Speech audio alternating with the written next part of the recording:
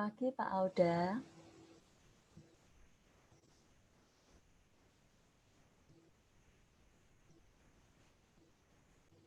Belum di-unmute Pak.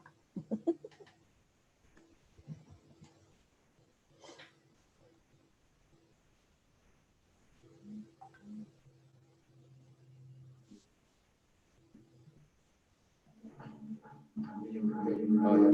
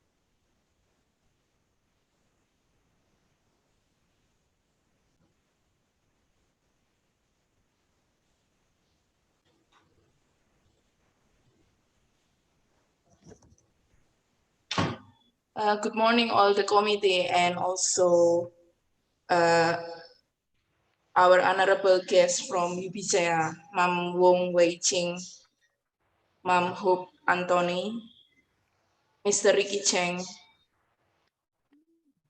Miss Anna Low, and Miss Ann Pelan. Thank you very much for joining us.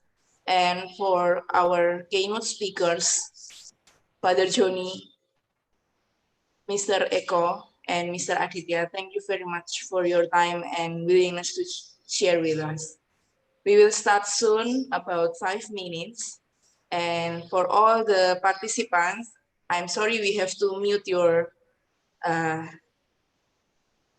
speaker because all the question will be posted in the chat room. So the moderator will guide you later on. So enjoy the seminar.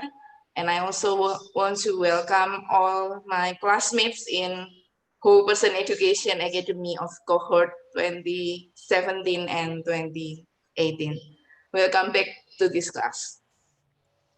So we will wait just for 3 minutes to start. I hope you all enjoy this event. Thank you.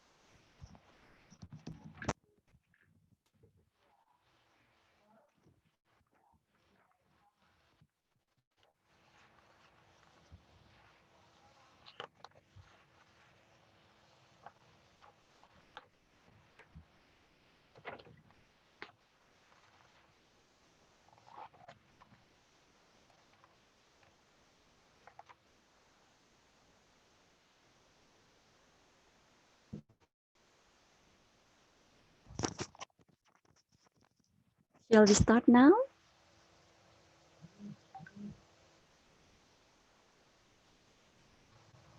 Okay, Bu, please just start this webinar. Thank you. Okay.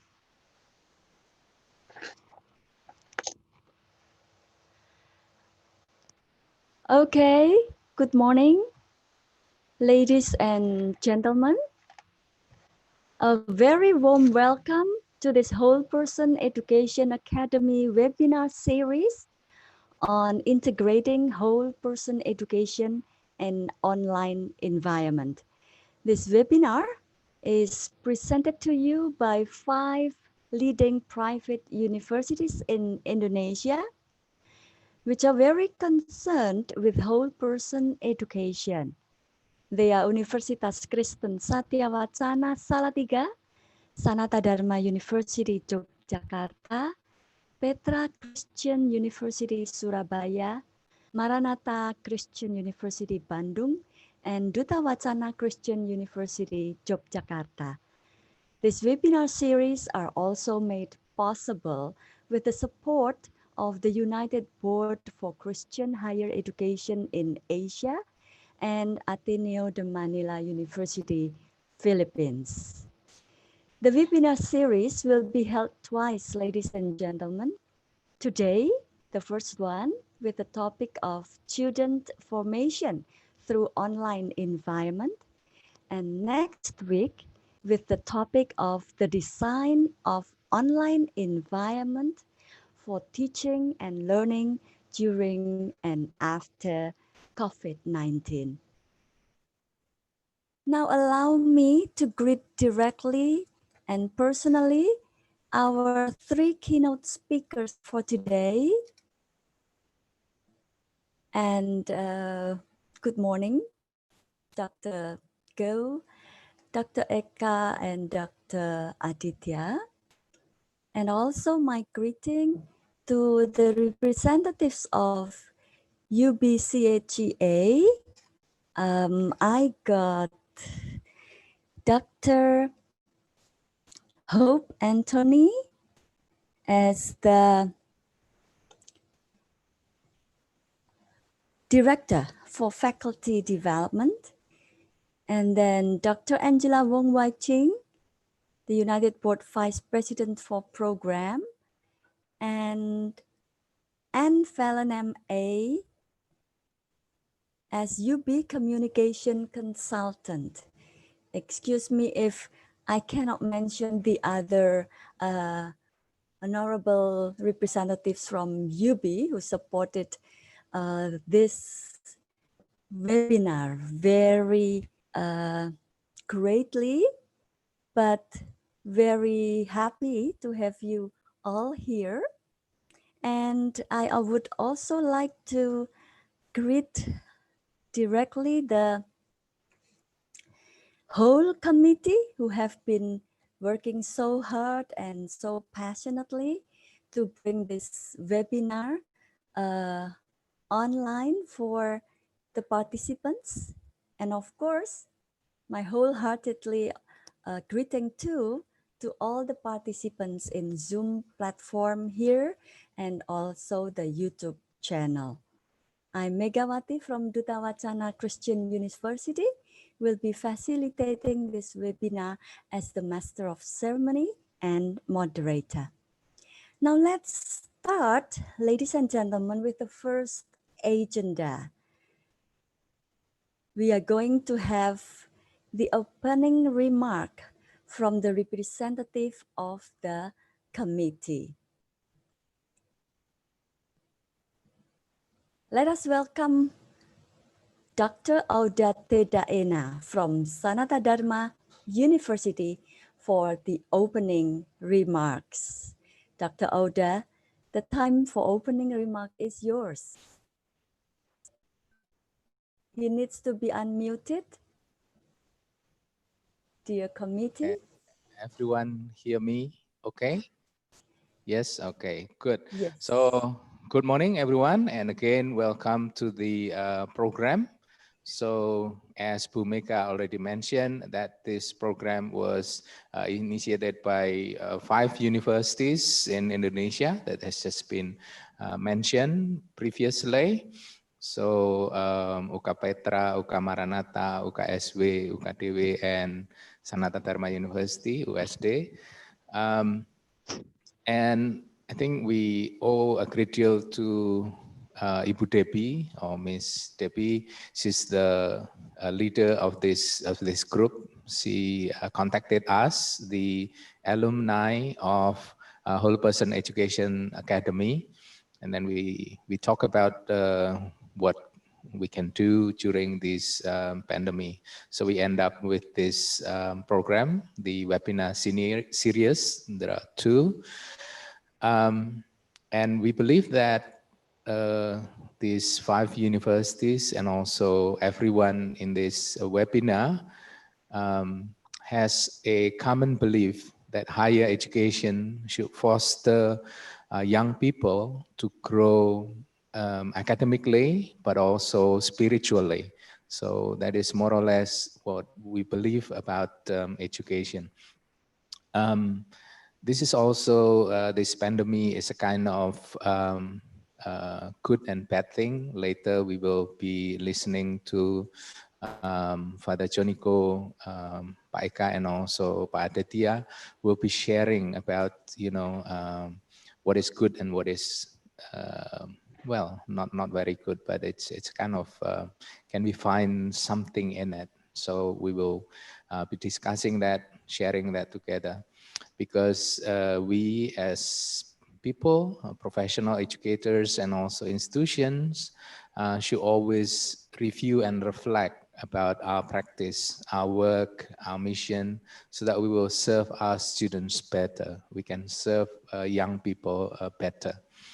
That is why we have this webinar series, and we would like to express our gratitude to the speakers, Father Joniko, Dr. Eka Priyatma, and also Dr. Aditya, and also special appreciations to United Board, especially to Dr. Hope Anton, who support us wholeheartedly, and also UP team. We have Dr. Angela Wong, Wai Ching, An Pelan, Anna Lau, and also I think Ricky Cheng, who's also with us today. So again, we hope that we can reflect, we can discern, we can learn from this pandemic, so that we can serve students, we can serve young people better. So again, thank you very much for everyone joining this program, and we do hope that you learn something from the program and also enjoy the program. Thank you, Bhumika. Thank you, Pak Auda or Dr. Auda, for the opening remark that sets the warm atmosphere for our webinar. Now we will continue, ladies and gentlemen, with the photo taking. So start your video and give your best smile.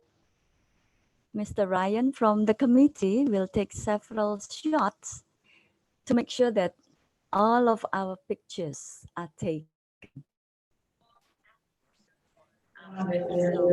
So maybe yes, we need to give our also creative pose like what Pak Oda already gave as an example.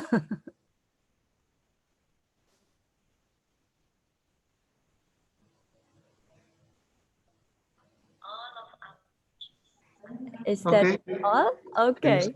Yeah. Thank you, Mas Ryan. Yeah, we have here around 152 in Zoom, and I don't have any information how many people are there in the YouTube channel. Thank you very much for the photo together. And I'm going to continue with two announcements to make before going on with our main agenda for this webinar. The first is about the QA session.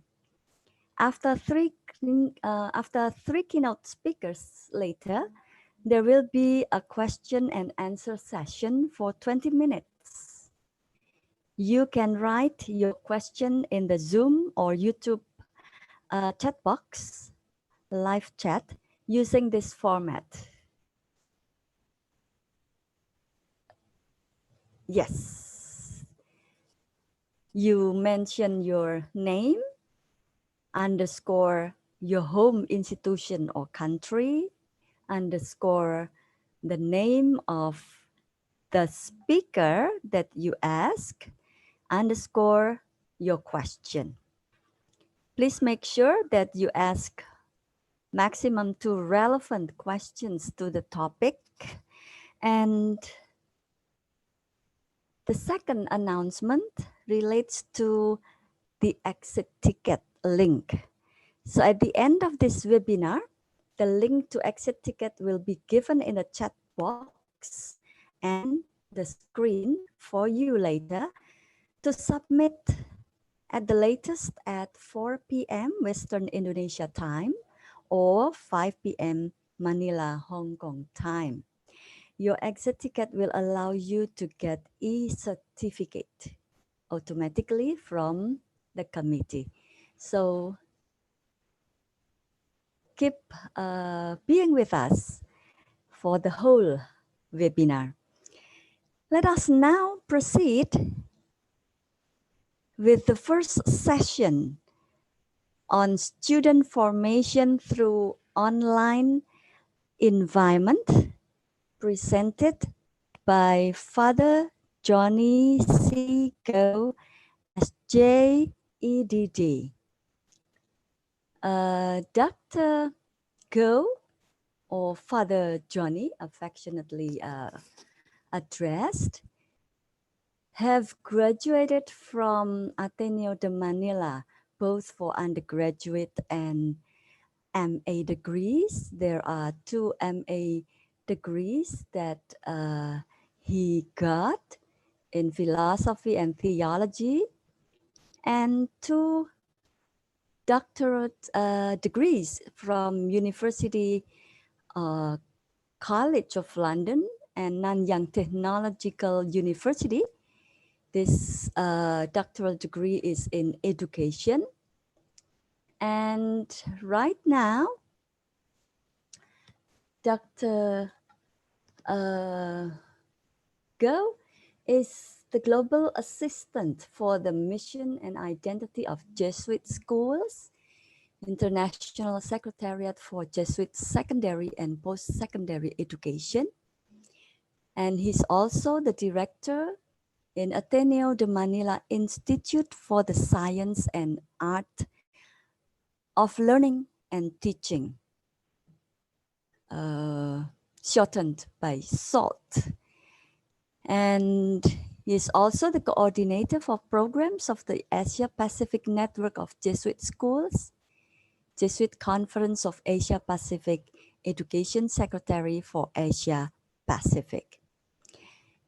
Some seminars, talks, or workshops given include, but not limited to, we have received a 13-page CV, ladies and gentlemen, so this might be a little representative of the whole. The topics covered include the Ministry of Teaching, and then learning by reflection, Ignatian pedagogy, integrating Christian values to teach Gen Z teens, and principle and foundation of Jesuit education. Now, are you ready to learn from Father Johnny or Dr. Go? Yes, of course. So let us give our round of applause to welcome Dr. Go. Dr. Go, the time is yours. Good morning, everyone. I'm very happy to have been invited to this webinar, and I'd like to say hello to all my friends in Indonesia. So the topic I was asked to share with you about today is online student formation. As we know, for our universities, student formation is very important. So just as we are preparing how to offer classes, how to offer our academic programs to our students in an online environment, we must not forget that we are also being asked to make sure we offer online student formation. For most of our universities, I think this diagram captures our mission. There are 3 very important elements. Academic excellence is certainly an important ingredient in the mission and vision of our universities, but also faith and values formation, which is just as important, if not more important, some people will say, because if you have a very competent person, but the character is flawed, that person will be a very dangerous person as we are seeing in some many examples all over the world today. And also, I think the third element is we want our students to use their academic excellence and their faith and values formation to serve other people, especially those who are in greatest need. But before I talk about online student formation, I just want to talk about our context, our world today. And obviously, we are all trying to figure out this global pandemic. And it has very different implications on ourselves as educators, on ourselves as persons, but also very importantly on our students. For example, as we know, our students are young people, and more than us who are adults, I think young people have very strong social needs. And yet, the global pandemic has asked them to distance themselves socially. They are unable to see their friends. We all know that one of the most important motivations our students have in coming to school, aside from learning, is really being with their friends. So, this social deprivation that our students are experiencing is very important. As we are designing our academic programs and also our formation programs, we have to keep this in mind that this is the context of our students today, as well as ourselves. Okay. Also, according to psychologists all over the world, maybe we don't notice it. Maybe we're still studying and working from home as hard as we can. But in general, one effect of this global pandemic is a lowering of everyone's energy level. We are all low bat now, especially our students. So again, as we are designing our programs, whether it's academic and formation, we must keep this in mind, that our students, just like their teachers, ourselves, we have lower energy level. And we have to be acknowledging this. We cannot deny this. Because many of us still expect ourselves to be super productive, just like before the global pandemic. But there's a difference between being active and being productive. Being active is important. Being active during this global pandemic, according to psychologists, is very healthy. We should not just hide in our beds and get depressed all day. We must be active. But it doesn't mean we should expect the same level of productivity, just like during the old normal. If we are not as productive as before, that is okay.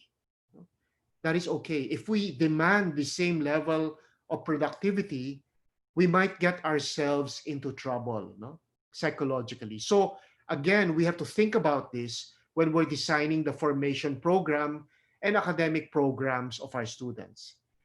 The other context for ourselves and for our students is access.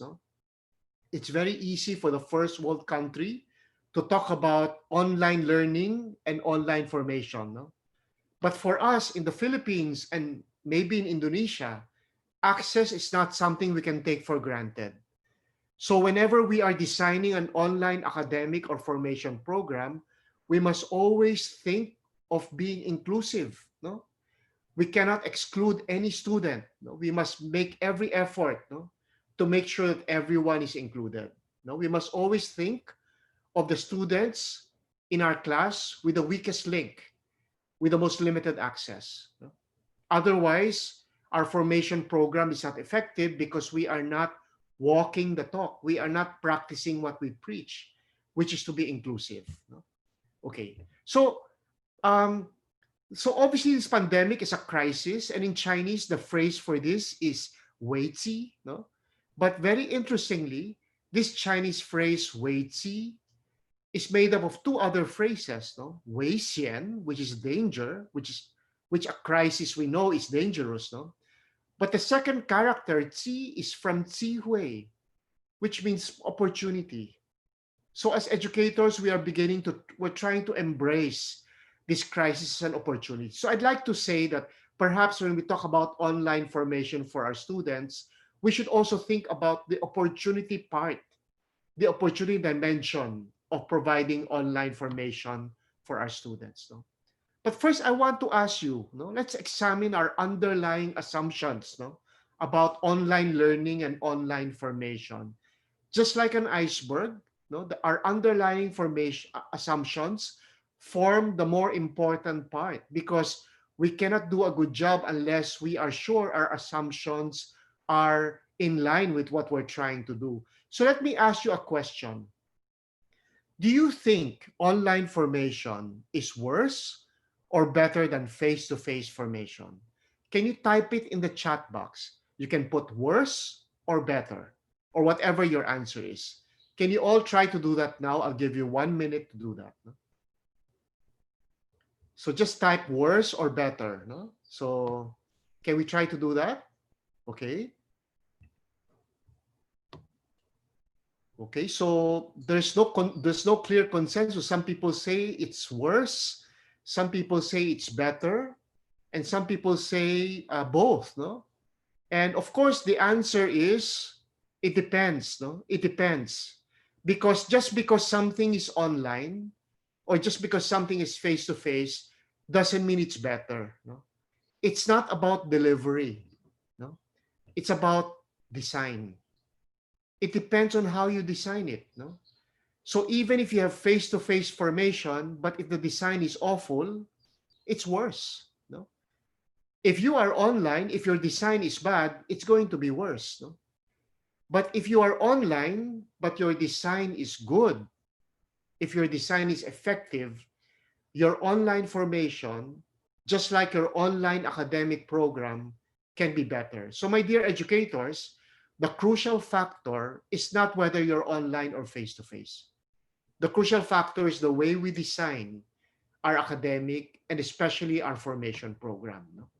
So um, a lot of people say, oh, but when it's virtual, it's not real. It's not as real as face-to-face. I would like to disagree with that. No, virtual can be very real because virtual means because when something is effective, it is real. So if your online design program is effective, if it makes a difference, then it's real. No? So virtual is okay. No? Secondly, some people say vicarious is not as good as direct. No? It's better for the students to experience something directly rather than to experience it vicariously. But again, I would like to contest that. No? We don't have to experience everything directly. Sometimes we read a story, a very moving story, or we watch a movie, it can change our lives. No? It can be very effective. No? And third, some people say it's better to be up close and personal. No? But I'm saying that the online opportunities for us is to become more vast, no? To be able to reach more people. No? And that can also be a good thing. No? I'll go back to what I call the 3 V's later. No? By the 3 V's, I mean virtual, vicarious, and vast. But the big idea that I want to relate to you, my dear educators and formators, is that if we go online with our formation program, it's an opportunity to be more virtual, it's an opportunity to be more vicarious, and it's an opportunity to be more vast, no? To reach more people. And these 3 V's are very promising. They can make our formation programs more effective. No? So let me talk to you a little bit about that given the time that I have. No? So first, when we talk about formation programs, just like our academic programs, we should have formation outcomes. No? And it's important to be explicit. It's important to be clear what our formation outcomes are. No? And where do we look? All we have to do is look at the vision and mission statement of our universities. Okay? So I'm sure all of our universities have beautiful vision and mission statements. No? But they're poetic, no? They're philosophical, but that's not useful. It's important for you to unpack your vision mission statement. No? Operationalize what your formation outcomes are. What do you want your graduates to be like by the time they graduate from your university? No? In terms of values, in terms of personal qualities. No? If you haven't written it down yet in your universities, I think that's step number one.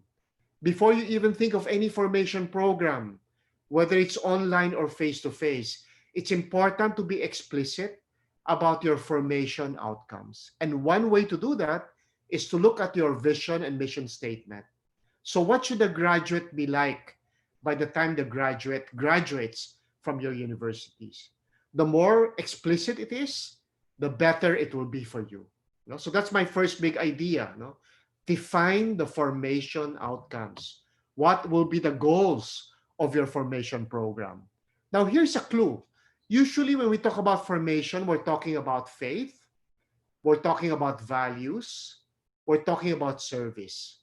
So, one way to define your formation program or to evaluate what formation outcomes you already have is to ask yourself what is explicit about the faith of the graduate.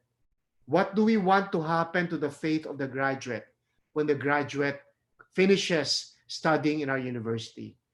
What do we want our graduates to have in terms of values by the time they graduate from the university? And what do we want our graduates to do in terms of service to the country and to the poor by the time they graduate to the university? So I'd like to invite you, maybe after this webinar, to check your formation outcomes. Come up with 3 big outcomes. Only 3. No? Don't come up with 200. That's too hard. No? Only 3. 3, 1 for faith, 1 for values, and 1 for service. I think if you're able to do this, the design of your formation program, whether it's online or face-to-face, will become better because you will be clearer about what you're aiming for, what you're designing for. Okay? So next. Let me talk to you a little bit about faith. What are some of the opportunities in online? No? So we want to teach faith to our students. I don't know what your experience is, no? But in the Philippines, we are a largely Christian country, no? But it's very hard to form our students in their faith because their real religion is secularity. No? Because of modernization, development, because of the internet, no? Our students say they're Christian, but their real religion is secularism. No? Their values are affected by the world, not so much by scripture, not so much by the teachings of the church. I don't know what your experience is with your students, no? But it's important, I think, for us to look at the context, no?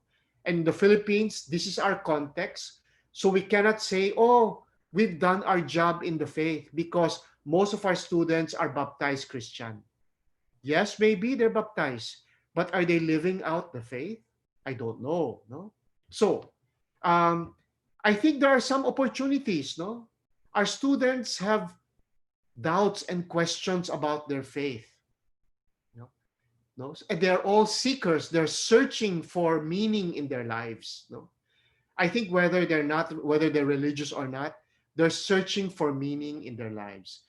And we who are Christians, we who are believers, we believe that the religion, our faith, can provide some answers to the meaning of life. So this is an opportunity for us because when we go online, no, we can stop ourselves from telling them what they should believe.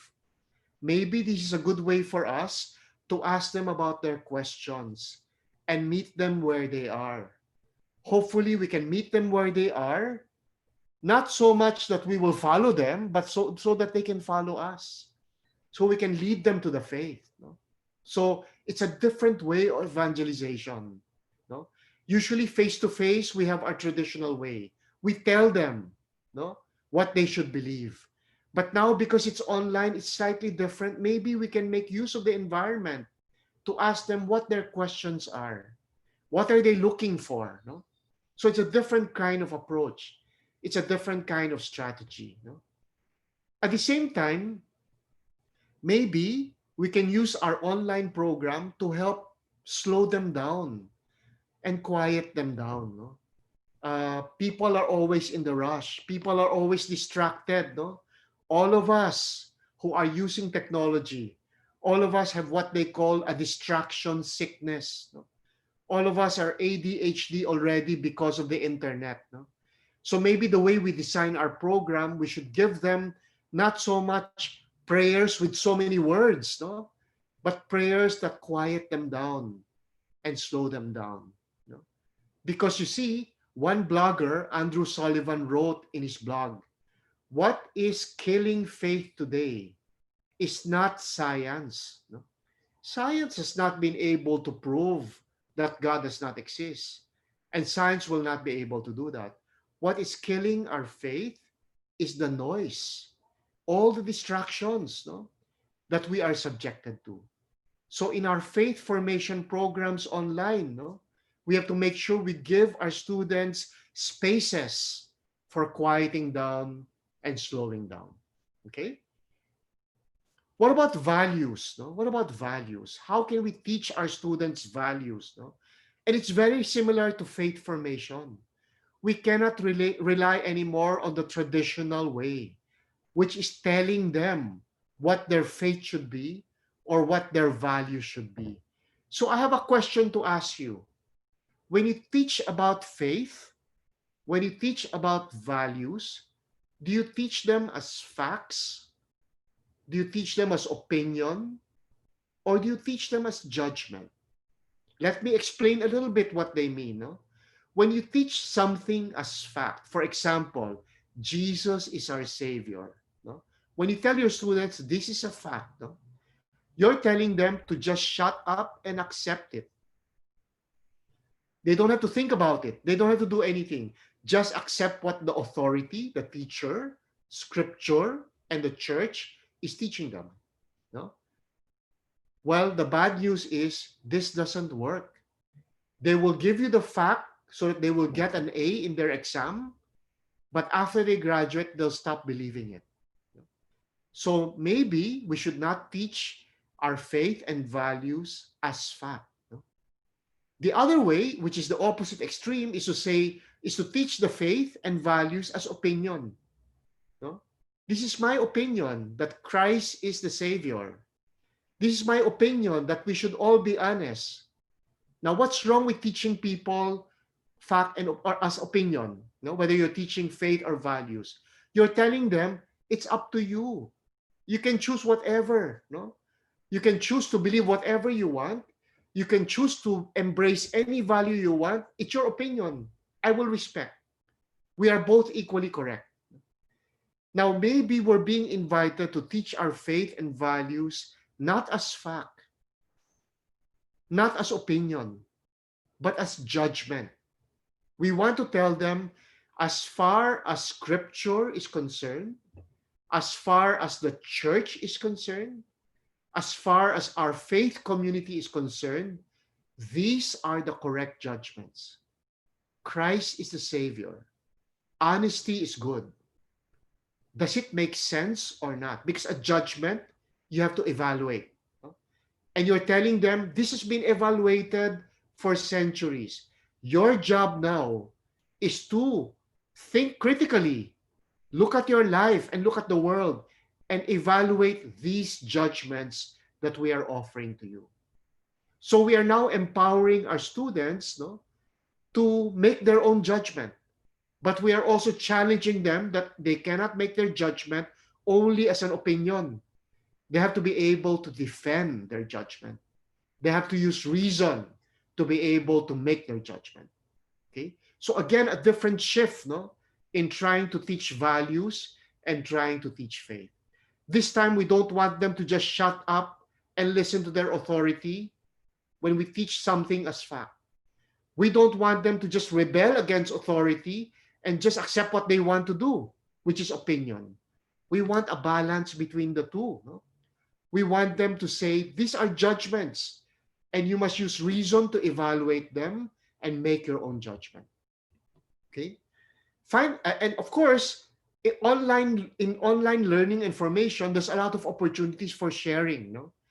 And when we're trying to form their values, this is a very powerful piece. No? How can we design their experience so that our students can share deeply with one another? No? Now, many people say, oh, face-to-face is better. It's more personal. But I'd like to tell you, in my experience, no, When I teach a class, the sharing is done only by the most extroverted people in class, only those who are the least shy. But when I do an online sharing, everyone shares because they are not pressured. They can think about what they want to say and then they type it in the discussion board. And the other surprising thing I encountered, when you have an online discussion board, the sharing there is more personal and deeper compared to the classroom. Why? Very understandable. Because in the classroom, you get embarrassed. But in the discussion board, you have more time to think about what to share. So, my dear educators, as far as formation is concerned, as far as sharing deeply and personally are concerned, there's a lot of promise. There's a lot of opportunities. So, I'd like to encourage you to think about opportunities you can create for your students for them to share. Finally, the third part of formation, we already have faith, we have values. The final part is service. No? How do we form them in terms of service? The key word is empathy, for them to feel for their neighbor. No? And there are many ways of doing this online. No? There are many stories online, many videos online that are very moving. No? For example, the stories of refugees. Instead of just giving them numbers and statistics, you can, look for clips on YouTube and share stories, short stories, very moving stories of experiences of refugees. What refugees went through, what people their age, no, who do not have the same thing they have, who are thrown out of their countries, who cross oceans, no, in great danger, losing family, losing possessions. No? This way we can build empathy. No? And at the same time, no, we build empathy not only for people who are like them, but also and especially for strangers. No? Because that's what service is. Service is not helping people who are like us. Service is having empathy for people who are different from us, who are strangers, but we want to serve them because it is what we should do as human beings. And again, going online will allow you to be more vast, no? To be able to connect more with strangers. Maybe before you would send them to a community in your town or city for them to get to know the poor. But now they can't do that. But they can get to know more people, more strangers across the world. There are many opportunities that you can create for your students. No? Okay? So I'd like to end by just saying that there used to be a saying that we are familiar with in English, which says, let's cross the bridge when we get there. No? Let's worry about that problem when we get there. Well, I'm sorry, that's no longer a saying that's applicable to us educators today. This saying is already outdated. There's now a new version of this saying. We don't say anymore, let's cross the bridge when we get there. Now we say, let's build the bridge as we are crossing it. Because there is no bridge, my dear educators. If you're asking yourself, how am I going to do online formation? We don't know. The only way to do it is to try it. There is no bridge. No? Do not look for a bridge. You have to build the bridge. No? As we are crossing it, we have to build the bridge. But the good news is we are building the bridge together and we can learn from one another. And so my final message to you is there's a crisis. But there are a lot of opportunities. No? Do not look for formulas. Do not look for templates. No? There is no template yet. There is no bridge yet. We are building the bridge together. We will figure things out together.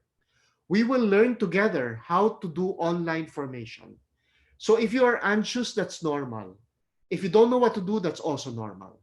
So my dear educators, I'd like to just encourage you, no, to give it your best shot. All of us are trying our best to do our mission. Thank you very much.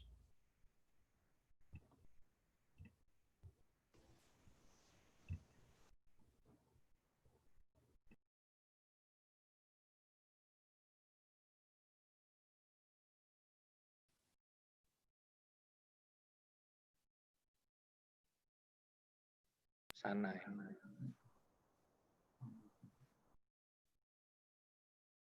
Bhumika, could you unmute your microphone?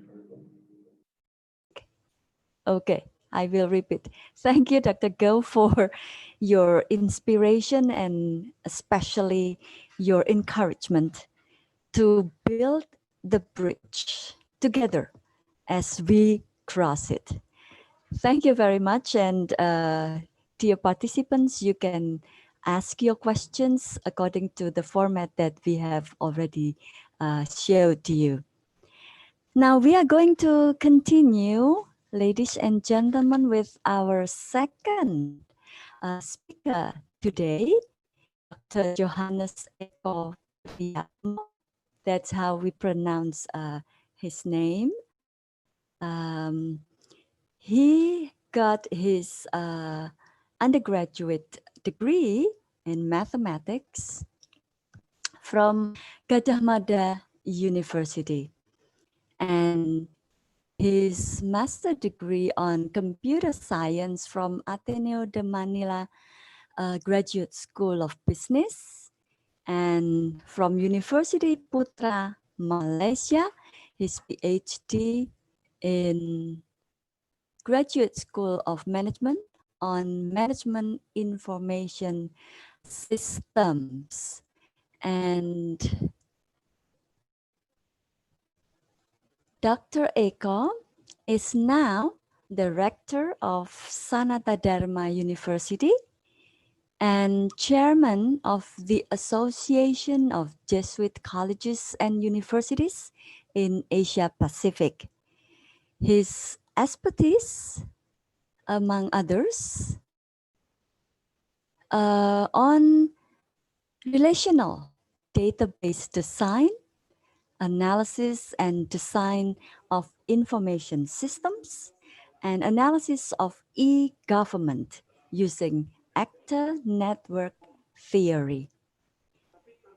Dr. Eka will deliver the topic continuing what Dr. Go has started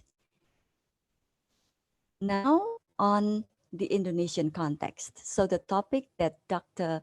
Eka would like to deliver is on student formation through online environment in Indonesian context. So Dr. Eka, the time is yours. Let's give our applause, virtual applause to Dr. Eka to welcome him.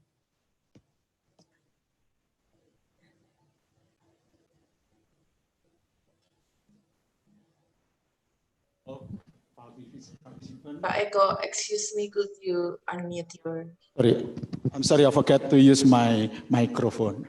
Once again, I thank you very much for Ibu Mega, who has introduced me to all participants. Good morning, everyone who are joining this webinar. I'm very happy to have this kind of opportunity. And first of all, I would like to thank Dr. Hope and United Board for inviting me as one of the speakers in this very interesting and contextual webinar. Before I start my presentation, allow me to share my screen.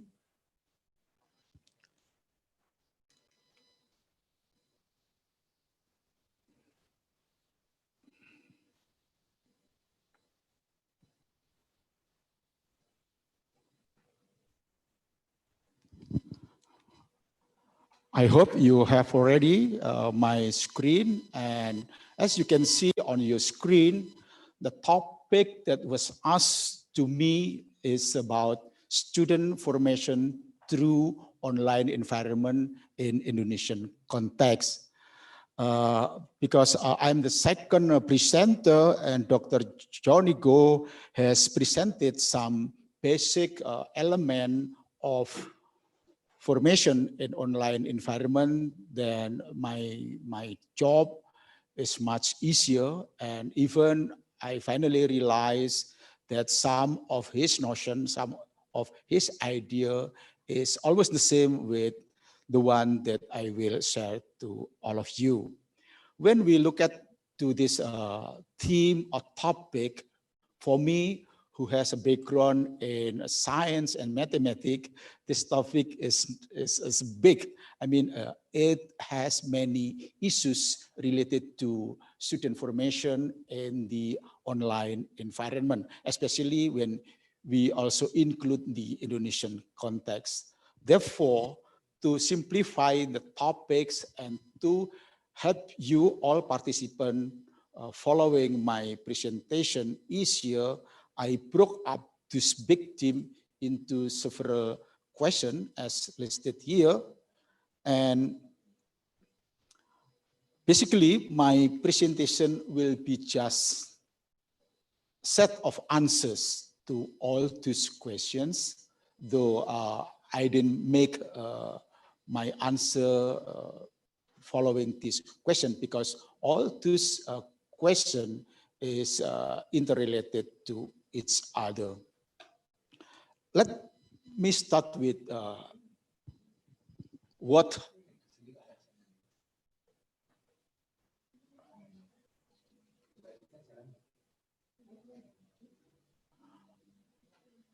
is there any problem? Did Ibu Meka, could you see my presentation? Because I just got information from Prauda. We cannot see the second screen yet, your questions, Dr. Eka. So yes, now Can you see? Slide for the questions, yeah. Sorry for some technical problem. Yes, I broke up that theme because for me that topic is complex and big into several questions, and then basically my presentation will be answers to all these questions. So let me start with the first reflection, the first understanding to what we are having right now. What really has changed us during this pandemic? Technically speaking, many of our daily life and campus life has changed a lot. We have to wash our hands regularly. We have to wear masks. We have to avoid gathering and stop visiting others. And the most difficult part for me is to stop visiting some interesting places. However, if we think deeply, that kind of new attitude of new daily life actually is no problem at all. Because the cause of this new habit is that we are now prohibited to interact or communicate physically, intensively. And now ICT play its role to mediate us for our interaction and for our communications.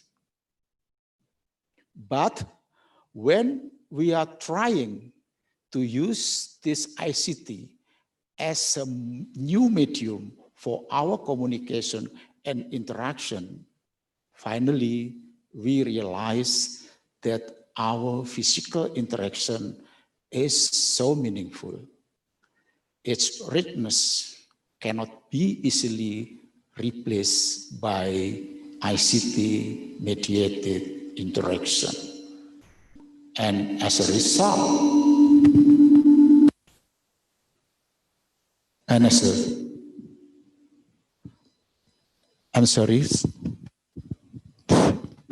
sorry, there is a feedback.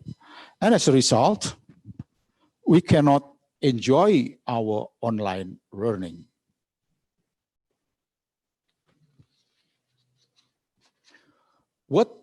What I mean by we, it does not mean that it is for our student only, but also include our lectures, our professor, especially those who have been senior in our campus. It is not only our student, but both of our student and lecturers cannot easily enjoy our online learning. Why? Because the online learning or ICT mediated interaction has removed some important and meaningful values of our life. Though I also believe that ICT, as has been mentioned by Father Jonico, provide multisensory and also multi-platform for communication. And even it also facilitates a more efficient but remove physical and even remove physical and time boundary. However, as I mentioned before, it cannot fully replace some essential values of direct or non-mediated interactions. When we look at this given table, all of you can see that some very essential values like authenticity, permanence, stability, formality, and physical health is very important and very essential, but it could be a threat if we are entering or we are using online environment. The main question we have, if those important values such as authenticity, permanency, and physical health is essential in our whole person educations, then how we should understand this kind of reality, how to negotiate our action and how to reconstruct our learning so that those opportunities offered by ICT or online environment could be optimally used, and at the same time, how to minimize, how to control all possible threats produced by online environment. But before doing that, we should understand why this ICT or online environment produce equally both to opportunities and also threats. For me, there are at least three phenomena that characterize the trend of ICT development, namely convergence, intelligence, and disintermediation. Among these three phenomena, disintermediation is the most influential one to our whole person education concern. And disintermediation means decreasing role or function of those who play as mediator or agent or bridge or link to connect or facilitate interaction or transaction between two parties. When I mention bridge in this context, it should not be considered as the same bridge that Father Jonico just mentioned in his presentation. Because of this disintermediations, nowadays we do not need postmen anymore. We do not need bank teller. We do not need tourist and hotel agency. But when we continue or we imagine the next development of ICT and we reflect our own position as a lecturer or as an educator, then we will finally come up with the new awareness that basically lecturers and educators play also its role as a mediator. And therefore, all of us as an educator might be irrelevant in the near future. So it is not only about pandemic, a global pandemic, that has put ourselves in a very difficult situation.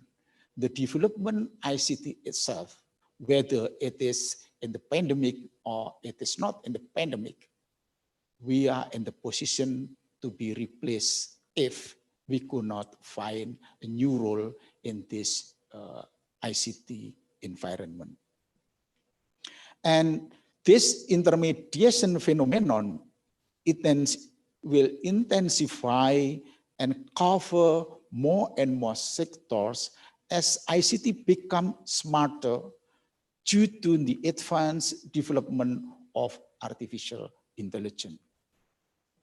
So the gadget we have, the smartphone we have, from day to day become smarter and cleverer, even maybe someday will be smarter than us. And other related phenomenon to contribute to the intense disintermediation is the convergence, where many functions could be done using single technology product such as smartphone. That is why the main usage of smartphone now is no longer to function as a phone, but instead for taking photos, playing videos, and making many kind of transactions, because many functions, many tasks could be done using just single gadget. That's the phenomena of conversion. Now, the next question to answer is, are those changes in our context, whether in the pandemic context and ICT context, essential to our concern on whole person education, and why? Luckily, Father Johnny has mentioned it is not about the digital environment or online environment. It is about how to design so that our design for the whole person education maximize the potential of ICT and how to minimize its threat in implementing whole person education.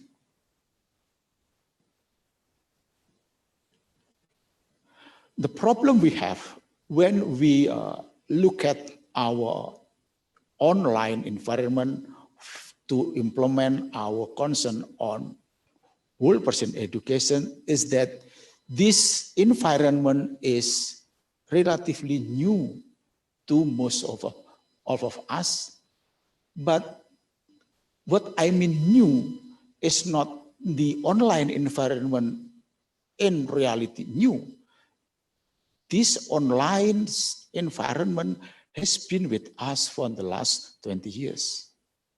The problem, while we are having pandemic, we are forced to live this new ecosystem, this new environment, and suddenly we feel that we are not ready, we have problem, we are not familiar, but we have no choice. We have to use this new environment as the only platform, as the only system that we should use to continue our service, to educate and to prepare our students. Therefore,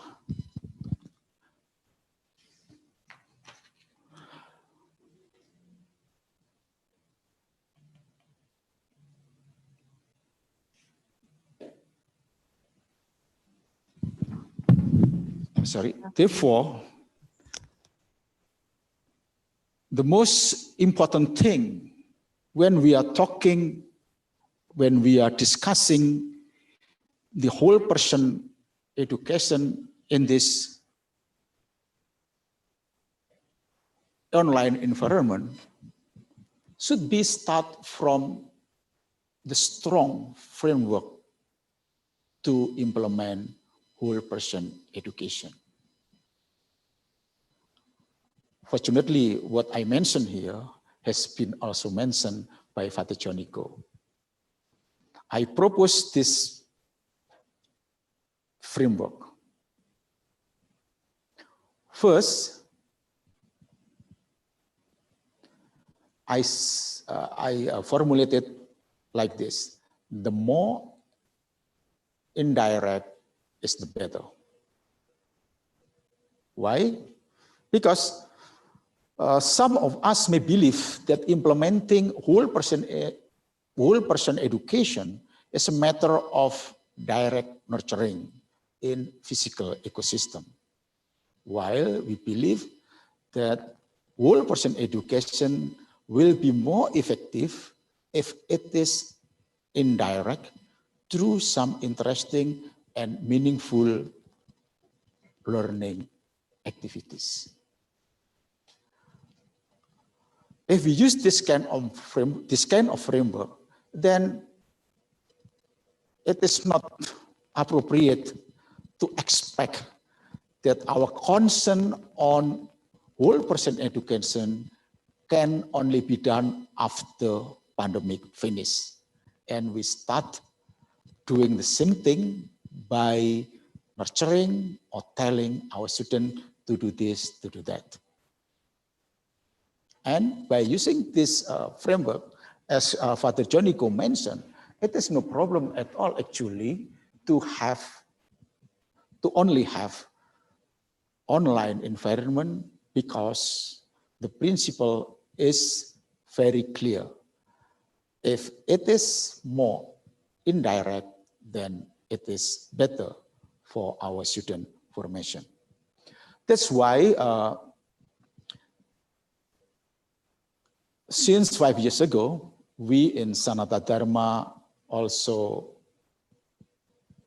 promoted the notion of cybernetic space as the most appropriate space for whole person education, because we are fully aware that we cannot stop the growth and the strong contribution, the strong features, the relevant features of ICT, and we have to maximize its role in educating our students. But as a Jesuit university, we have been developing our campus in such a way.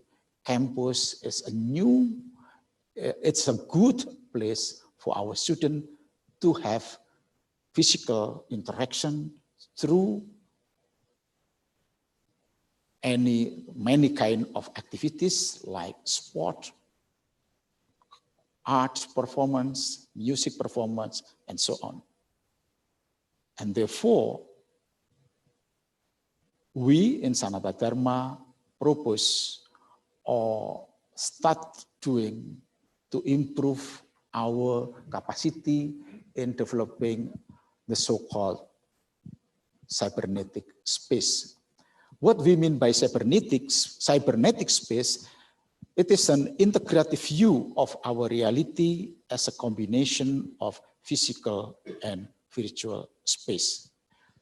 By using this kind of perspective, then we will maximize both our physical reality and at the same time, our virtual reality. However, due to pandemic of COVID-19, starting last semester, we have to pause our commitment to develop our cybernetic space. So the new football field, the new auditorium, the new facilities we develop in a physical space right now cannot be used for a while. But we hope later on, when we can finish our pandemic, we will try to use it again as part of cybernetic space to maximize our student formation. Now,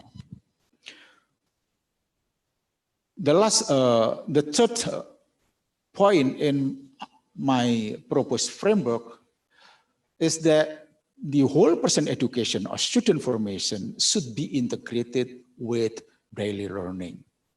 It is not enough if the way we understand student formation is totally separate from their daily activities in class.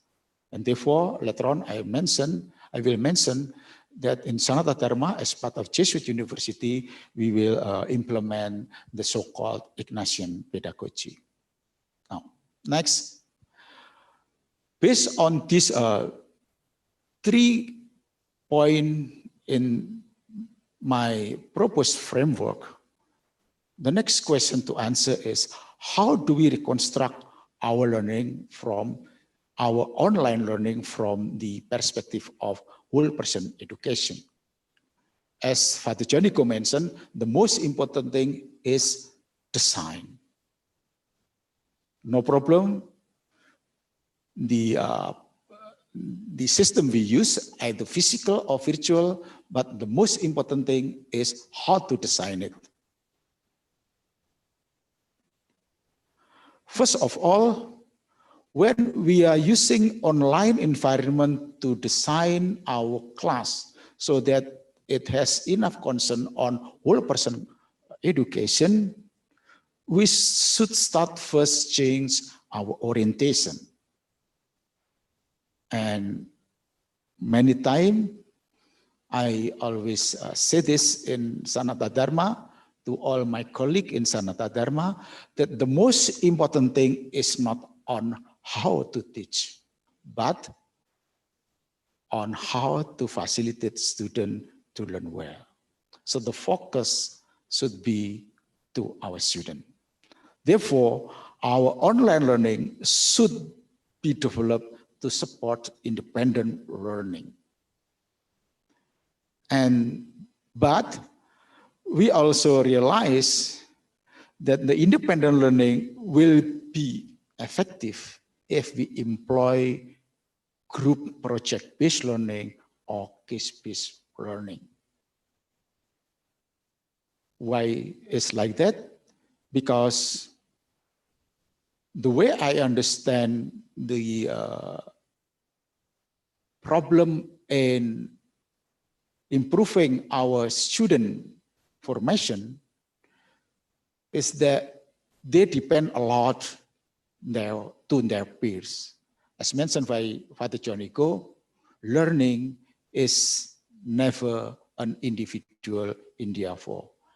It is always social in therefore. So the way we design our online learning should be based on an activity that will invite our students to collaborate, to have a collaboration activity with their classmate or with their peer. So the setting we are developing in implementing online learning should be a collaborative learning.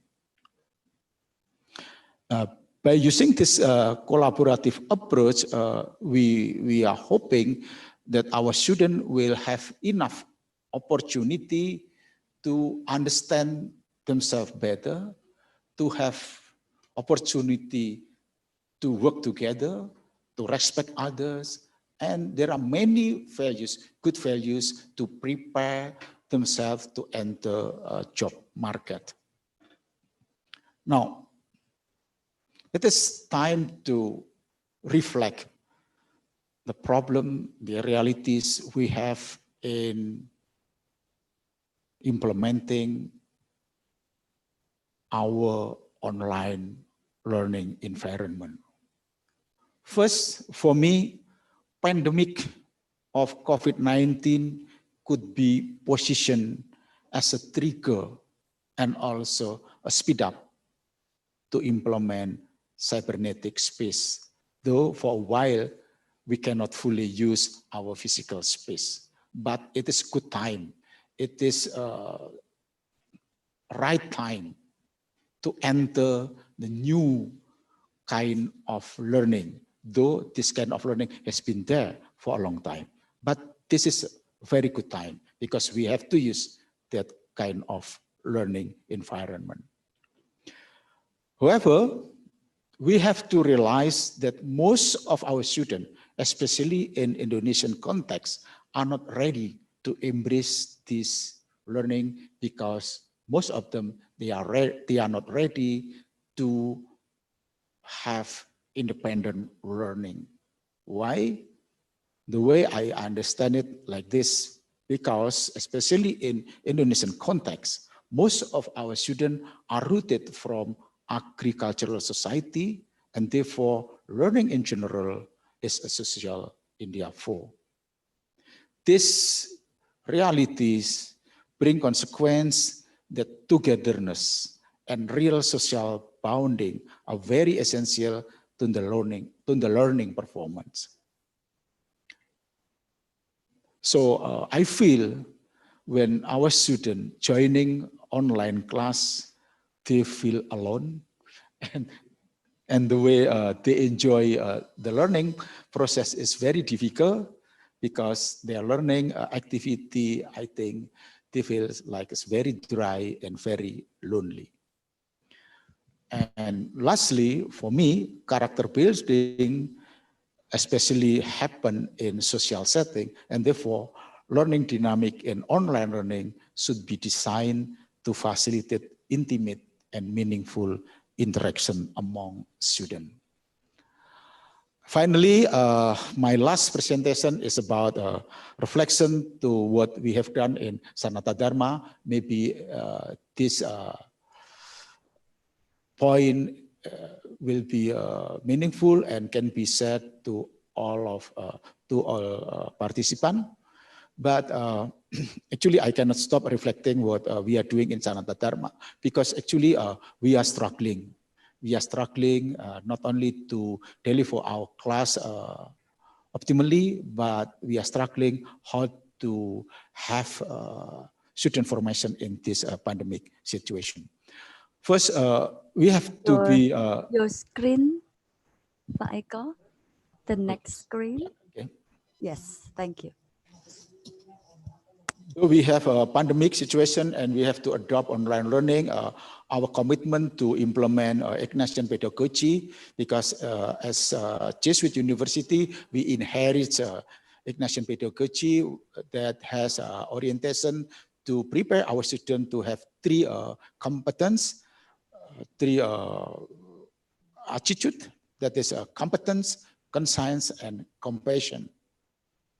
And therefore, we have been doing some activities. First, we promote, I call it online learning spirituality. So we have a conference, we have a seminar to reflect what kind of attitude, understanding, awareness to embrace this online situation. And therefore, we have to maintain our intimate engagement, and we have to develop awareness that is new awareness to consider that it is not campus anymore, but house is our new avenue for education and growth. This kind of awareness is very important because sometimes we forget that our student is now at their house, no longer they are in campus, and house so far never been conceptualized as a place for learning. And therefore, we should develop the so-called pandemic-sensitive learning. And therefore, it should not only be developed based on online learning characteristic, but should also be based on new understanding that house is new, house and its environment is new learning situation or condition. Of course, we did also some technical improvement, like improve our existing learning management system. And therefore, we have several activities to train our staff, to train our educators and lectures. But all these things has been done. But before doing these activities, we started with by talking with our students. So we initiated all this improvement by first listening to our student, and our preparation to fully develop online learning will be based on our understanding to our student problem and situation. Of course, we also improve our ICT infrastructure, and we keep improving our communication channel. And the new thing we are doing right now is developing digital television, because my struggle as the leader of this university is how to communicate better with our new student, with new situation. And therefore, digital television might be a good tool, a good facilitator that can improve our engagement to our student. That's all I can say this morning. I'm sorry if some of my presentation cannot easily be understood. And therefore, thank you for your attention. And I will be happy if you have questions or comment to my presentation and ideas. Thank you. Thank you very much, Dr. Eka. We can give a round virtual applause one more time to thank him, especially because Dr. Eka has given us some specific context to sample or to clarify what Dr. Go has initiated with the concept of formation program.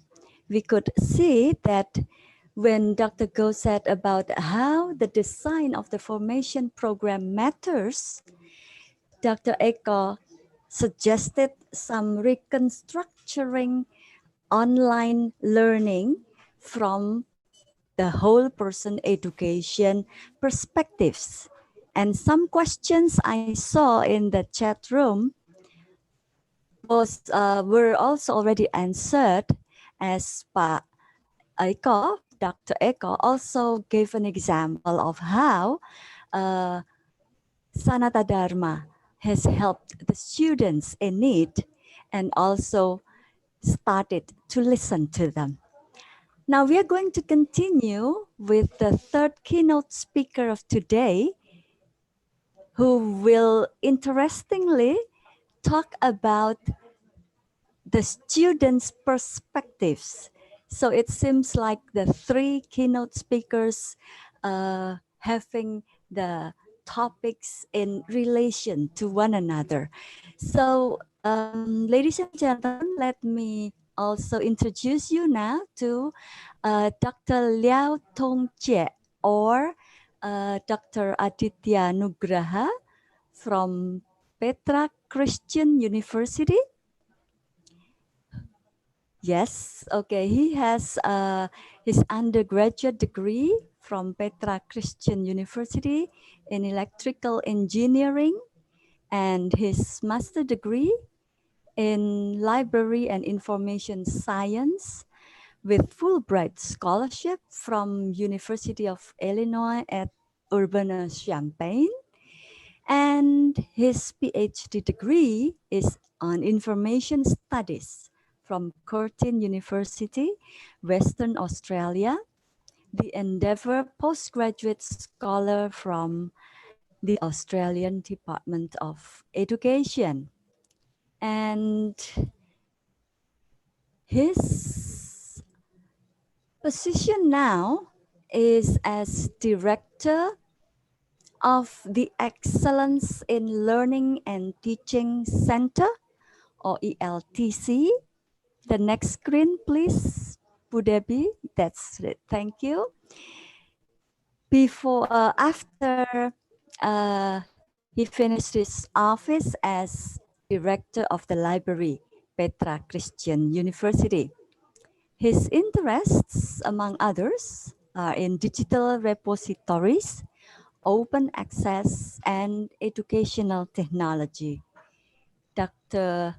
Aditya Nugraha is one of the whole person education ambassadors. After he finished his whole person education academy in 2018, whole person education eco training the next year, and whole person harvest seminar in the same year in 2019. So ladies and gentlemen, let us give our warm applause to Dr. Aditya Nugraha with his topic on student voices on online learning. Dr. Aditya, the time is yours. Good luck. Thank you. Thank you, Bu Mega. Can you all see my PowerPoint and Yes. my voice? Okay. My voice is okay? Yes. Okay, thank you.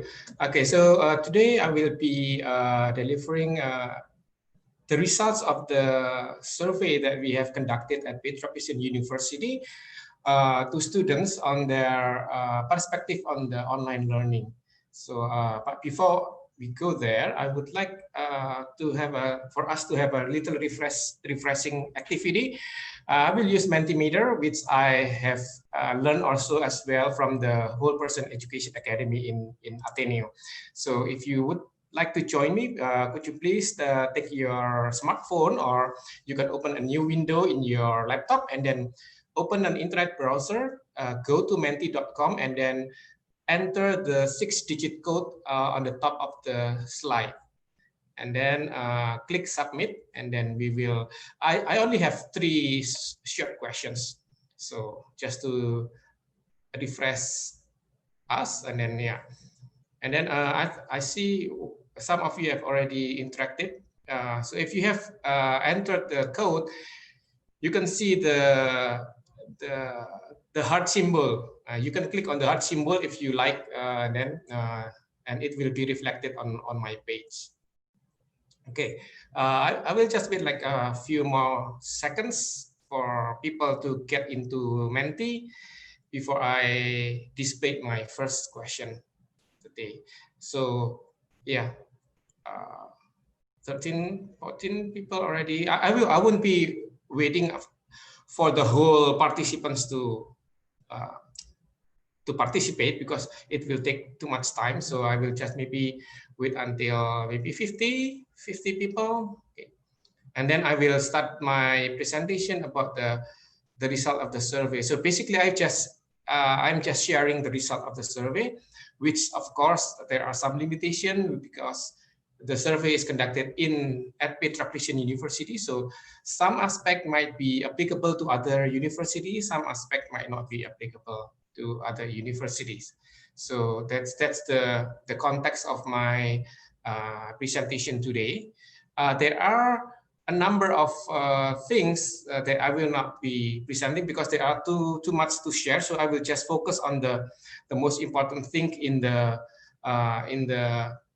survey, especially what are the students' perception on the online learning, which we have to say it's forced upon all of us, either the lecturers or the students. So it's kind of like a sudden something very influential or fundamental change because of the COVID, because of the virus, and then all of a sudden we have to do everything online.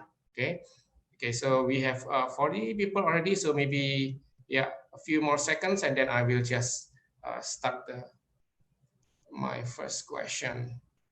Okay, maybe I don't have to wait until 50. I'll just start with the first question now. Okay, so I would like to see where you are connecting or joining this webinar from. Only from region, because I cannot put individual countries because there will be too many choices. So I have to group some countries together, like Indonesia and Timor-Leste, Singapore and Malaysia, the Philippines, and oh, there are others as well. Okay, yeah, mostly from Indonesia. Yeah, that's normal to be expected. The Philippines, yeah. Okay.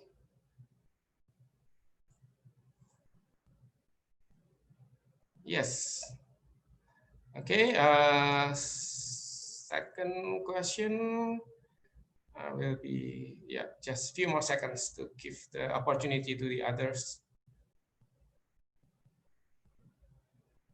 Yes, mostly from Indonesia. Yeah. Okay. I'll move to the second question. Which is, during this COVID-19, if you have to choose only one option, which one will you choose? Fully online instruction or blended? 50-50 still. Okay. Yeah. Okay. Yeah. Okay. More people selected blended instruction. Okay. Yeah, about 2-1. Yeah. Okay. Thank you. Now the last question. You have to type for this one, so you don't select, but you have to type just short statement. What's the number one difficulty according to you that your students are facing in online instructions? If you have typed it, and then yeah, okay. Internet connection. Okay. 2 out of 3 already said internet connection. 4, 5, 6.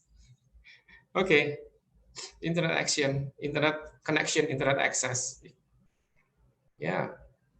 Seems like many of us agree that internet connection is the number one problem for our students to participate in our online instructions. Yeah.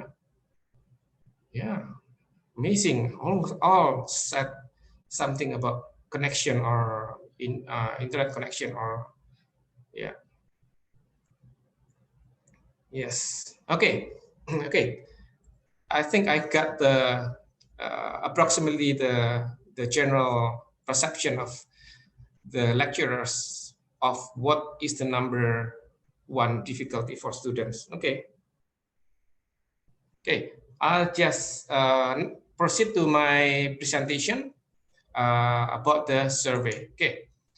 So I would like to introduce first about our university. So I'm from Petra Christian University.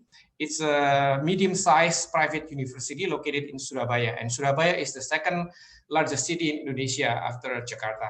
Okay, and we have approximately 8,500 students, mostly undergraduate. We have 7 faculties, including 4 international programs, and then 6 postgraduate departments. Our university is part of the Petra Christian Schools network, which comprises of 28 schools from playgroup, kindergarten, and primary up to high school. But our university is independently and separately managed from the rest of the school network. So even though we still have a very good connection. And the majority of our students are of Chinese Indonesian descent and coming from middle to upper socioeconomic status. So that's the background of our university. And then the timeline of events regarding the COVID-19. So from the left, in 19th of March, we started the online learning. We call it in Indonesia, it's PJJ, pembelajaran jarak jauh, or long distance educations. This is enacted because of we want to anticipate the worsening situation in our hometown, especially relating to COVID-19. So beginning 16 March, all students started to learn from home. but the lecturers, the staff, they are still coming to campus. So during the 17th to 19th of March, we conducted emergency workshops for lecturers. We provide them trainings on how to use the learning management systems that we have, the video conferencing software, the how to record lectures, and then using your PowerPoint to record your own voice over your slides, and then use it for the LMS. And then on the 20th of March, because of the worsening situation, the university decided that all lecturers and general staff should start working from home. So basically, it's a campus lockdown. And then on the 28th of April, there is the citywide lockdown, or we call it large-scale social restrictions imposed in our Surabaya city, beginning with 28th of April up to 11th of May. And then this lockdown is, well, it's not really a lockdown. It's like just social restrictions, because people can still go out, but very limited. This social restriction has been extended twice until 8th of June, and then it's a new normal, basically. But people are still encouraged to wear masks, social physical distancing, and then hand washing, etc., etc. And starting on 19th of March, we conducted Excellence in Learning and Teaching Center. We conducted an online survey for students, and the survey lasted slightly until May, but we took the data until 24th of April, and then it becomes a project for students to process that data statistically and then present the results to us. And then we use the online survey method using Google Form. It's very simple. And then we have voluntary responses from students. The limitation is that the survey is just like our moving to online learning is emergency, meaning it's not designed with proper training planning. So it's just basically, okay, we now have to go to online learning, and then we just conducted the survey. So it's very simple survey. And then the data collection is, we distributed the link of the Google form to lecturers, and then ask the lecturers to show the students the link so that the students can submit their responses after online sessions. And so far, during that time period from 19th of March to 24th of April, we have accumulated approximately almost 2,000 responses from students. But the responses each student could submit more than one responses. So it doesn't mean 1,958 students responded. It's just that we collected that many responses from, we don't know how many students, maybe approximately more than 1,000. Okay, and this is the first data that I could show you, the distribution of our respondents across faculties. Basically, the distribution is reflective of our the student body in each faculty at Petra Christian University. It's just that there is one exception. The FBE means the Faculty of Business and Economic. It has more students, but in this case, it has less responses compared to the FTI. This is Faculty of Technological Engineering. So, but all the rest of the faculty are reflective based on their number of students. And I have to mention the credit for the graphics and the data processing to 3 of our students, Erika Giovanni Sugianto, Rudy Darmawan, and Sharon Natasha Sutanto. 96.8% of the responses we got from undergraduate students, because as I mentioned, our student body consisted of mainly undergraduate students. Okay. Now, the student perception on the online learning. We asked the students to rate about their experience of their online learning, or PJJ in Indonesian. And then this is basically the general overview that we have. So very negative perception is only 2%, negative perception about 10%, neutral, meaning they say, okay, nah, that's okay. 36%, positive 38%, and then very positive 14%. So basically, there were only 12% of students who viewed their experience of the online learning as negative or very negative.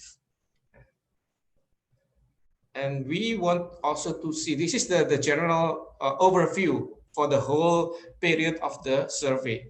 But now we want to, I would like to show you the change in the student perception based on the weekly basis. So basically the period of the survey, it was 5 weeks. So that's how the perception of the students evolve from week 1, 2, 3, and 4, and 5.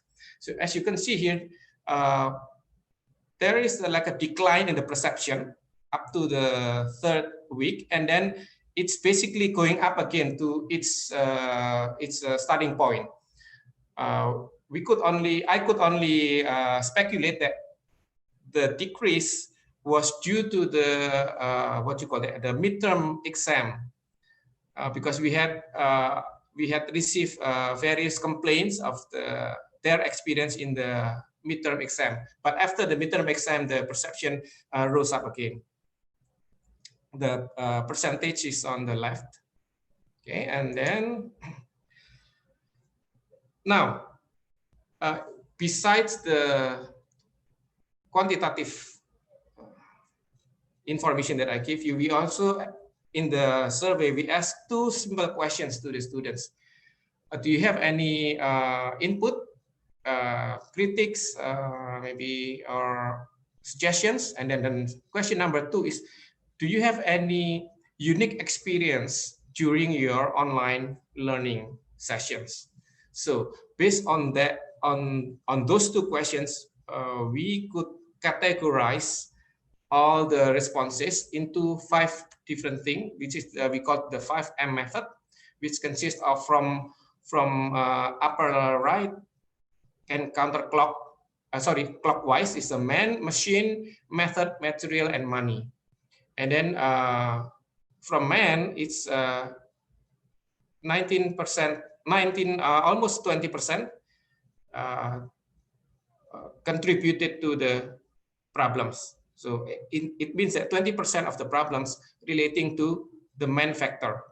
What are those? About lecturers, about their teaching techniques, about the students themselves, because of the lack of self-discipline or boredom or distractions that they experience during the online learning, which might not be happening during the physical classes. But these things came up during the online learning or online classes. And then the second thing is about machine. A machine contributes 25% of the overall problem.